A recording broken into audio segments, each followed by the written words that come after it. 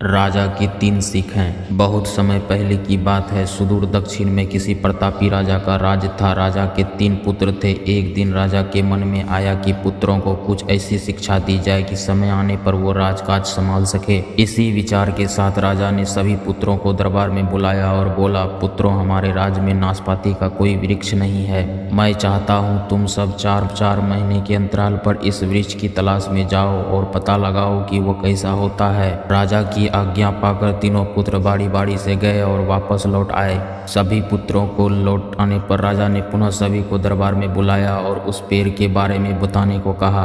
पहला पुत्र बोला, पिताजी, वह पेड़ तो बिल्कुल टेढ़ा मेढ़ा और सूखा हुआ था। नहीं, वो तो बिल्कुल हरा भरा था, लेकिन शायद उसमें कुछ कमी थी क्योंकि उस पर एक भी फल नहीं लगा था। दूसरे पुत्र ने पहले को बीच में ही रोकते हुए कहा।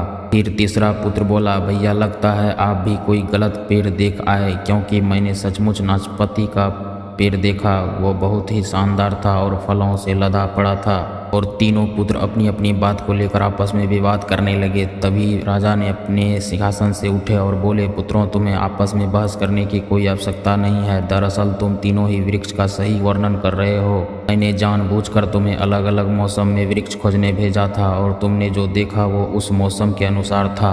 मैं चाहता हूँ कि इस अनुभव के आधार पर तुम 3 बातों को गांठ बांध लो। किसी चीज के बारे में सही और पूर्ण जानकारी चाहिए तो तुम्हें उसे लंबे समय तक देखना परखना चाहिए, फिर चाहे वो कोई विषय हो, वस्तु हो या फिर कोई व्यक्ति ही क्यों न हो। दूसरी, मौसम एक सा नहीं होता। जिस प्रकार वृक्ष मौसम के अनुसार सूखता, हरा भरा या फलों से लदा रहता, उसी प्रकार मनुष्य के जीवन में भी उतार चढ़ाव आते रहते हैं। अतः अगर तुम कभी भी बुरे दौर से गुजर रहे हो तो अपनी हिम्मत और धैर्य बनाए रखो, समय अवश्य बदलता है। और तीसरी बात, अपनी बात को ही सही मानकर उस पर अड़े मत रहो। अपनी दिमाग खोलो और दूसरों के विचारों को भी जानो। यह संसार ज्ञान से भरा पड़ा है। चाहकर भी तुम अकेले सारा ज्ञान अर्जित नहीं कर सकते। इसलिए भ्रम की स्थिति में किसी ज्ञानी व्यक्ति से सलाह लेने में संकोच मत करो। अगर कहानी पसंद आया हो दोस्तों तो लाइक, सब्सक्राइब एंड शेयर जरूर करें।